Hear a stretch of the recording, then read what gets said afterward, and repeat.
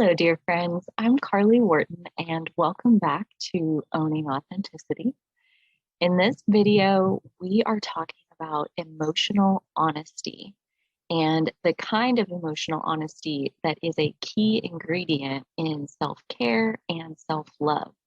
So, emotional honesty. A lot of times, I think the most common misunderstanding right off the gate is that we are talking about being honest emotionally to other people, that like to be emotionally honest, that you have to say something out loud and you don't. Emotional honesty is between you and you. So it's about looking inward and experiencing our emotions and being honest with ourselves about what those emotions are and the message that each emotion is attempting to communicate to us. A lot of times, like if an emotion is coming and we just say dismiss, dismiss, dismiss, we numb, we push it away, we stuff it down. When we do those things, the emotion, it comes back again and again and again to try to get itself worked out, because every single emotion that comes forward, I believe from what I've studied, is a message from our higher selves about which way to go to get to the path that we are ultimately trying to walk. Our emotions serve as our personal guidance system. That is a concept that I learned and studied with Abraham Hicks. Through Law of Attraction, you can watch so much free content on YouTube and dive in to any subject, basically. Search on YouTube. I always want to say Google on YouTube. Search on YouTube Abraham money, Abraham relationships, Abraham whatever it is, and you can find plenty of content on all subjects of life and how our emotions are guiding us in every single one of those moments, and how to listen, how to figure out what your emotions are saying to you in a real-time basis. So, emotional honesty is about checking in with ourselves to ask ourselves, hey, how are you feeling? How do you feel about this? What's going on with you? And then allowing ourselves to have whatever emotional experience we're having without us reacting at ourselves, saying, stop it, you have to feel better. Like, stop feeling that way. You should just feel better. Just get over this.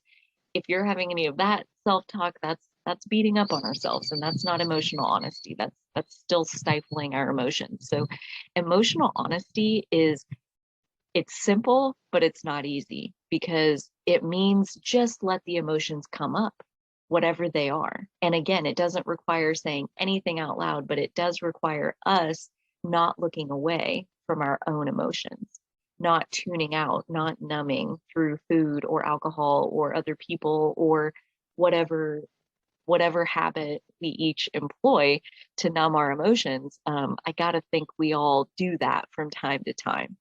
And emotional honesty works at being honest with ourselves and the emotions that are present. And not for the means of being different or doing anything differently, simply to be aware. And, if we are constantly aware that we are miserable inside of a relationship or inside of our job or our career, whatever the case is, um, if we are constantly bringing awareness to our emotions feel bad in whatever situation we are chronically exposing ourselves to, uh, do something about that. Self-care says do something about that. Do something with chronic negative conditions.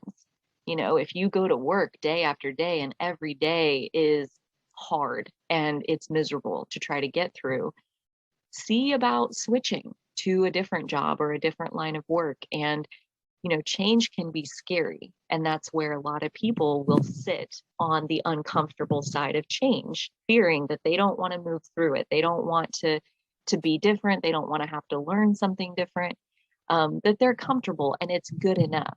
And yikes, that's, I've personally settled for good enough a lot and defined success according to society, where basically money equals success. And I felt miserable while I was living that life. And as I brought emotional honesty and brought that mindset into my world where I was just going to be aware of my emotions and realized how bad I felt all the time, it became clearer and clearer and clearer that the ball is in my court.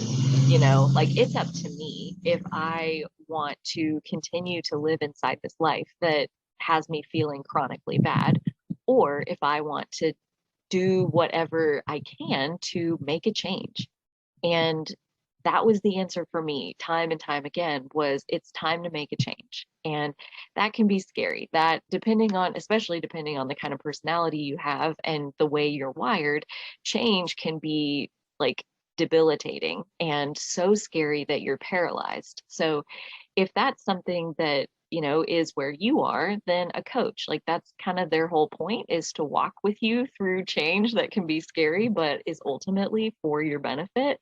I personally have worked with a life coach for over a year. I also offer sessions like that where I work one-on-one with people to help guide them through this process and the natural non-linear path of growth and self-evolution, where a lot of times it's like, take 3 steps forward, take 2 steps backwards, take 1 step to the right, take 3 steps to the left. Like, it's all over the place because it is a mixture of all kinds of things for each and every individual. And all of us are carrying things that prevent us from taking good care of ourselves.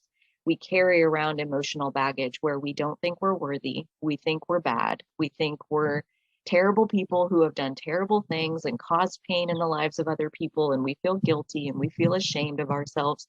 And we carry all of that and we use it to justify not taking good care of ourselves. And if we're being emotionally honest, those thought loops are really just like punching yourself in the face over and over again. And you're welcome to do that as long as you want, but where is it leading? What's the point? Because when we feel bad, the ripple effects that we send out into the universe, they feel bad.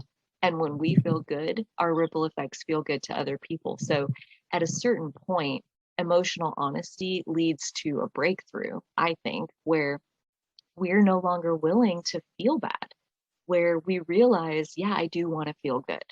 I want to have more and more and more moments in my day where I feel great. That was one of the first things I noticed when I started my self-care. I knew it was working because I had to get up earlier and earlier and earlier because I had to be at work by 7 a.m. So I had to get up super early to give myself as much time as I wanted, because at the end of 6:45 or whatever time I needed to leave for work, I didn't want to leave. It felt so good inside my little self-care bubble where I was journaling and listening to Abraham. I had created this space in my world that actually felt good. And then every time I had to step outside that good feeling bubble, it was, oh, it didn't feel good. It was a shock to my system. I am super sensitive to negativity because inside my bubble, it's positive. And that's really it, unless we're in a shadow workspace, which is, stories for another day. I keep a good vibe in my inner world, a relaxed, peaceful vibe where I'm satisfied with my life and myself. And I take pieces as they come and incorporate the lessons that each and every single wave of emotion wants to teach me. And there are so many different strands of health and wellness that all end up woven together, like one at a time, in this like perfect weave of factors that eventually, like, life just continues to get better and better and better and better. And every single self-improvement begins with awareness, and emotional honesty is all about awareness. I will say, kind of the doorway to emotional honesty, if you even feel outside of your emotions, which again, at a time I did, and the piece that really clicked was hearing Brene Brown's very first TED Talk on vulnerability and shame. Link in the description box if you want to go check that out. It's about 20 minutes long. And she talked about vulnerability and how it is the birthplace of shame. And so many of us numb that shame feeling, or the guilt, or the I don't like myself, or I'm too heavy, I'm blah, blah, blah, I'm not good enough, I'm not whatever, that we're numbing with food or alcohol or whatever it is. Um, Vulnerability is the birthplace of shame. And when we numb not only the bad feeling emotions, we numb all emotions, because vulnerability is also the birthplace of joy and creativity and like our soul being who it came here to be. So vulnerability, while like when you open the door to emotions, yes, the bad emotions do come out. You feel it all. You can't just feel the good feeling emotions. You have to feel the full spectrum. And the worse you feel, the more off track you are. Something in your environment, something that you're doing and engaging in is hurting you. When you feel bad, something is wrong. Your being does not like it. There is something out of whack. You should feel good all the time. Life should be fun for you. Your body should support you, not stand in your way. So if there are times where you feel like you want to give up on life, something's wrong. Your priorities are out of whack. And these are things that I am speaking of from personal experience, where again, I was so busy chasing all of these things outside of myself that I was not investing in myself. I was investing in all of these other things and expecting the payoff from those things to pay me. And I thought that's how it worked. And it doesn't. You only ever invest, like get stuff in your cup when you put it in there directly. You can't invest in something outside of yourself and expect it to come back and fill you up, in the same way that loving yourself and taking good care of yourself ultimately serves us. Um, it is truly an investment, not only in how good we can feel, but how good the total impact of our lives can be. And I'm a big believer that there is no top end to that spectrum of how good it can be. So emotional honesty, vulnerability is very much the doorway, the entry place to everything that the beautiful world of emotions has to offer. So if you like my content, I ask you to please like this video, comment on this video, or subscribe to my channel. Any or all of those are a huge help to me. I so appreciate it.